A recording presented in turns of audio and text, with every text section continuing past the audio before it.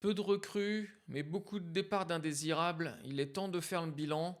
Bonjour à tous, j'espère que vous allez bien. Petite vidéo aujourd'hui sur le mercato du PSG qui s'est clôturé hier à 20 heures. On va faire le point sur les arrivées et sur les départs. On va voir, on va discuter sur chaque mouvement. Évidemment, n'hésitez pas à me laisser un petit like, à vous abonner, à mettre la cloche et à laisser vos commentaires pour me dire ce que vous avez pensé de notre mercato. Donc on commence maintenant. Côté arrivée, donc première recrue, Zabarni, qui vient tout droit de Bournemouth. Donc très bonne recrue pour ma part. On sait évidemment qu'il est prévu qu'il remplace Marquinhos d'ici 1 an ou 2 ans. Donc je pense vraiment que c'est très très bien qu'on soit allé le chercher. Il formait l'année dernière une très grosse défense à Bournemouth. Donc voilà, donc bon courage à eux qui ont vendu leurs 3 défenseurs centraux. Donc très bonne recrue, plutôt physique, assez grand, un profil un peu à la Pacho, il faut être honnête. Donc il a fait 2 matchs depuis qu'il est arrivé. Premier match contre Nantes, deuxième match contre Toulouse. Le premier match contre Nantes avait été plutôt tranquille parce que Nantes n'avait pas proposé grand-chose. Mais on avait pu voir quand même qu'il avait une facilité au niveau des passes. Il s'est imposé son physique. Au niveau des duels aériens, c'est pas le meilleur à l'heure d'aujourd'hui. Mais par contre, il compense toujours par le fait de faire une légère faute, ce qui bloque complètement l'attaquant adverse. Donc ça, c'est très bien. Moi, je pense que c'est vraiment une très bonne recrue. On l'a acheté 63 millions, 70 avec bonus.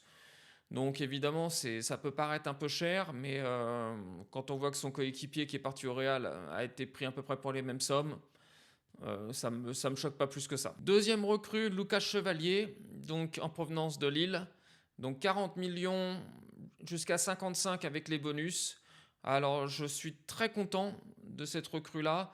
Luis Enrique, pour le moment, n'avait jamais eu la possibilité de mettre un gardien qu'il souhaitait. Donnarumma était déjà là quand il est arrivé. Donnarumma, on sait qu'il a des tonnes de qualité, mais il avait des défauts qui embêtaient énormément Luis Enrique. Il voulait un gardien qu'il a pu choisir lui, et il voulait surtout un gardien qui servait de premier relanceur, qui permettrait aux défenses d'être plus hautes sur le terrain. Et c'est un petit peu ce qu'on a vu contre Toulouse et qu'on a vu sur les premiers matchs. Il est assez haut, il est limite à l'entrée de sa surface de réparation, ce qui fait que les défenseurs n'ont pas besoin de redescendre aussi bas qu'avec Donnarumma pour relancer. Lucas Chevalier est là pour faire la première relance. Donc profil très intéressant, gros potentiel, il a fait des super saisons à Lille, il est deuxième gardien de l'équipe de France. Quand on sait comment a évolué Donnarumma avec l'entraîneur des gardiens Alvarez du PSG, on se dit que l'avenir peut être très radieux pour Lucas Chevalier et donc pour Paris.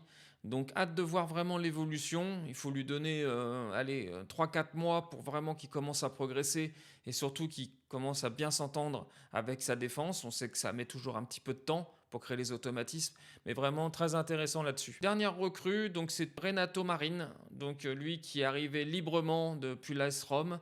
Donc il sera là en troisième gardien, c'est un gardien prometteur, beaucoup de clubs étaient sur lui. Donc c'est tout pour les arrivées, il n'y en a que 3. On s'attendait peut-être à plus, moi le premier. J'aurais bien voulu avoir un milieu défensif pour suppléer un petit peu Vitinha de temps en temps. J'aurais bien voulu avoir un remplaçant à Hakimi. Mais bon, pour Luis Enrique, je pense sincèrement, pour avoir vu un peu Toulouse, qu'il prépare un peu un changement tactique quand il aura besoin de faire souffler l'un et l'autre. Donc on verra ça, mais en tout cas voilà. Donc concernant les arrivées, c'est fini. Concernant les départs, donc là beaucoup de départs. Évidemment le départ le plus important de cette fin de mercato, Donnarumma s'en va à City. Ça y est, c'est officiel pour 35 millions. Après avoir fait gagner la Ligue des Champions, ou du moins il a été un grand partisan de notre victoire en Ligue des Champions, il s'en va donc à Manchester City, dans un petit City qui va peut-être permettre de faire progresser. On verra ça. En tout cas, vraiment très content pour lui. Tout se passe bien, tout s'est bien fini, pas de clash. Il est parti dans un bon club et Luis Enrique a enfin le gardien qu'il souhaite. Deuxième départ, Marco Asensio donc, a fait ses valises pour le Fenerbahçe. Donc on dit un montant entre 7,5 et 8,5 d'indemnité de transfert. C'est un contrat de 3 ans plus une en option. Donc, écoutez, Fenerbahçe, je pense que pour un joueur comme Asensio, ça peut être intéressant. Fenerbahçe, je trouve, a fait une équipe plutôt intéressante cette année, donc avec un autre Parisien. Donc je trouve ça très bien. Donc en plus pour Paris c'est encore mieux parce que de toute façon il nous intéressait plus et il avait un salaire énorme. Donc très bonne chose de son départ. Je pense qu'il sera très bien dans un club comme Fenerbahçe. Troisième départ, Carlos Soler. Donc ça y est, a enfin mis les voiles, direction la Real Sociedad. Donc un transfert entre 6 et 8, d'après ce qui se dit. On a un contrat jusqu'en 2029 avec une année en option. Très bon choix pour Carlos Soler d'être revenu en Espagne. La Real Sociedad, c'est une équipe de milieu de tableau. Donc je pense qu'il sera très très bien là-bas. Ça va même peut-être permettre de le relancer un petit peu. Donc pour moi, très bon choix encore une fois de Carlos Soler. Le départ, l'histoire, le feuilleton Kolo Muani a enfin pris fin et c'est pas à la Juve. Donc Kolo Muani signe à Tottenham pendant 1 an. C'est un prêt sec, pas d'option d'achat, rien du tout. Donc évidemment Tottenham prend le salaire à sa charge et c'est un prêt payant de 5 millions. Donc Tottenham, championnat anglais, je pense sincèrement qu'il peut faire des choses très intéressantes. C'est un championnat qui lui correspond.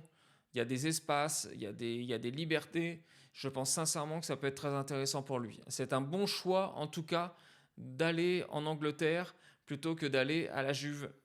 Pour moi, c'est meilleur pour lui là-bas. Le championnat italien est toujours réputé à avoir des défenses dures, des défenses rugueuses. Là, par rapport à son jeu, le championnat anglais, il va pouvoir s'éclater. Si vraiment il rentre dans une belle osmose à Tottenham, on a vu des choses très très intéressantes. Il va être quand même en duel avec Richarlison, qui fait un super début de saison. À voir comment ça va se passer, mais je pense qu'il a des qualités pour vraiment faire quelque chose de bien cette année. Nordi Mukiele donc est parti à Leverkusen, donc c'était au tout début du mercato. Donc je pense que c'est un bon choix pour lui. Alors c'est pas le Leverkusen de Xabi Alonso d'il y a 2 ans. L'entraîneur est déjà parti, il a déjà été limogé et c'est une excellente nouvelle vu à quel point il peut être mauvais. Donc c'est une excellente nouvelle pour lui. À voir aussi qui va le remplacer maintenant. Mais en tout cas, je pense que c'est un club qui lui correspond bien. Ça joue le top 5 de la Bundesliga maintenant, régulièrement. Donc je pense vraiment que ça peut être très intéressant. Il a déjà fait des matchs où il a même été élu homme du match. Donc voilà, vraiment très bon choix aussi pour lui. Ça va lui permettre de relancer un peu sa carrière et c'est parfait. Petite précision pour Mukiele, c'est un transfert à 12 millions. Donc vraiment très très bien négocié de la part de Campos. Donc Milan Skriniar est parti au Fenerbahçe aussi. Donc il y aura Marco Asensio et Milan Skriniar donc, au Fenerbahçe. Donc lui, tout début du mercato, pareil. Donc c'est un transfert définitif pour 6 millions. Donc pour Milan Skriniar, je pense que c'est un bon choix aussi. Vu la tactique un peu mise en place par le Fenerbahçe, je pense qu'il peut vraiment trouver quelque chose qui lui correspond. Ça allait pas avec Paris parce que Luis Enrique il a besoin vraiment de profils totalement différents.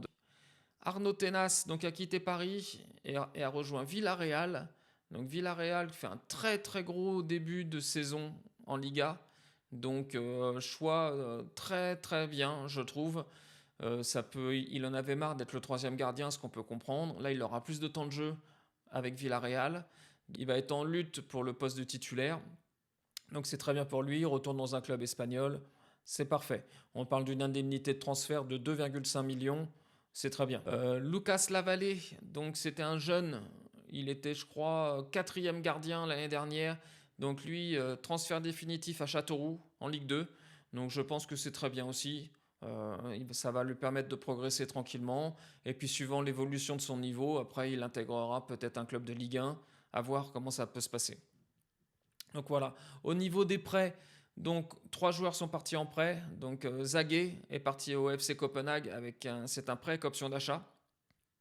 Il a fait un début de saison plutôt intéressant avec 5 matchs pour 2 buts. Donc plutôt pas mal. On a El Anache qui est parti à Montpellier en Ligue 2. Donc pareil, en prêt. Donc à voir s'il reviendra suivant son évolution. Et Gabriel Moscardo est parti à Braga, toujours en prêt. Alors lui, c'est spécial parce que moi, c'est un joueur que j'aime beaucoup. Je pense sincèrement qu'il a des grosses qualités. J'espère qu'il va faire une grosse saison à Braga et que les blessures vont un peu l'éviter parce que je pense sincèrement que c'est un joueur qui irait parfaitement dans la rotation de ce qu'on a besoin à Paris. Donc à voir comment il va progresser. Je vais suivre sa saison à Braga parce que je pense vraiment que ça peut être super intéressant pour nous au bout d'un an, si bien sûr les blessures l'évitent. Parce que depuis son arrivée en France, il n'a pas été épargné par les blessures. Ça a vraiment empêché son évolution et c'est un peu dommage. Entre 103 et 125 millions d'euros de dépenses, suivant les bonus, suivant tout ça, pour environ 69-75 millions de recettes. Donc voilà, donc c'est petit mercato en termes d'arrivée. Évidemment, on a eu l'habitude, surtout il y a 2 ans, quand on a recruté 10 joueurs, on a eu l'habitude de plus que ça. Mais je pense par contre que les départs sont top.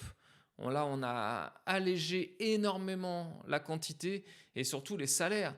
Parce qu'en termes de recettes, certes, on va récupérer entre 70 et 75 millions, mais on va économiser plus de 50 millions de salaires. Et ça, c'est énorme, c'est énorme. N'hésitez pas à me dire en commentaire ce que vous pensez de ça. Est-ce que vous auriez voulu un joueur supplémentaire, des postes qu'on n'a pas doublés? Qu'est-ce que vous pensez des départs? N'hésitez pas à me mettre un commentaire et puis de toute façon je les lirai, j'essaierai de vous répondre. Voilà. Donc je vous dis à bientôt pour une prochaine vidéo. Ciao ciao.